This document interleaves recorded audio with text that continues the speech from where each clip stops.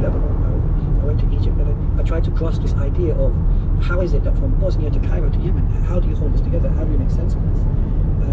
And it just blew my mind.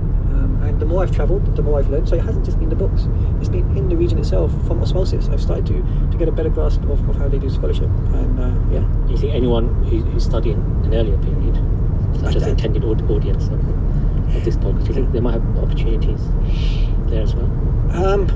To honestly answer your question, I don't know. I think in Turkey in particular, it's very Ottoman history centered. But I think that there is a demand to want to know more and more about the early periods in Islamic history.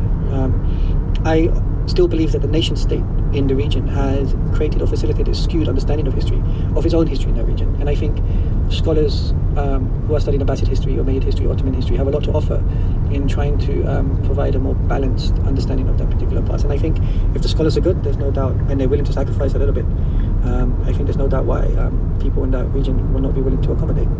Brilliant. Last moment for any self-promotion.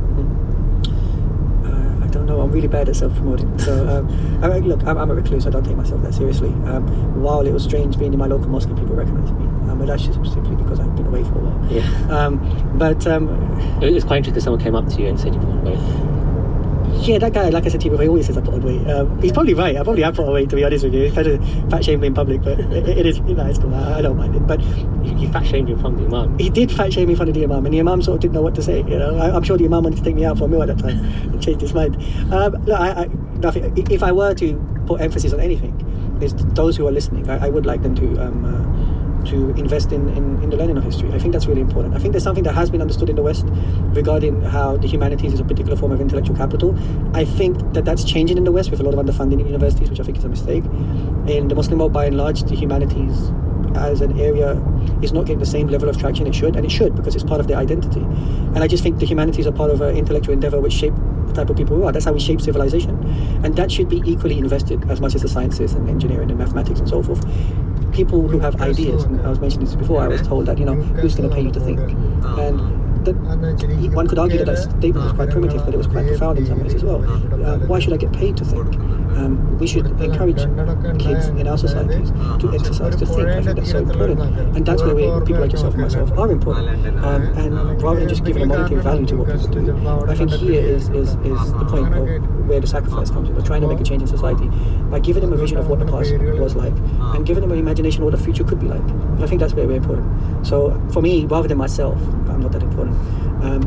I hope people invest in the subject areas. Investment in history, that's what we want to hear. Thank you so much, thank you. Dr. Ahmed, for being a guest. I hope our listeners, despite talking about something at the very cusp of Abbasid history, I try to stretch it. I hope our listeners do benefit, and especially from the advice about teaching in Turkey, perhaps that will resonate with some of you. And I do want to have this conversation with Muslims in academia, because it's very lonely, and it was really a great blessing to me to come across Dr. Ahmed, and so much we were talking about resonated with me.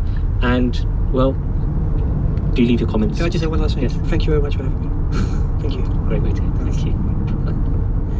This audio is brought to you by MuslimCentral.com.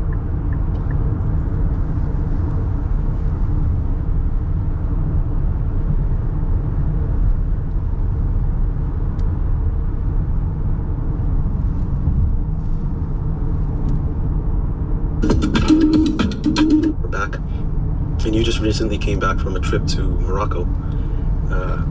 The pictures on Instagram were exceptional, amazing. What was the trip like for you? Oh yes, alhamdulillah, bismillah ar-Rahman ar-Rahim, it was a historical tour that I went on, and people came from different parts of the world, and we were able to travel through Morocco, Casablanca, Marrakesh, Rabat, to Fez, to Tanja. And really the idea was to take the study of Islam and Muslims in Morocco and Spain to another level. I have been doing over the past few months a course online with the Islamic Institute of Toronto. This was now taking the online discussion into the field, because when you go to a place, it's very much different than when you're theoretically talking about it. So alhamdulillah, it was spring season and it was beautiful in Morocco. The people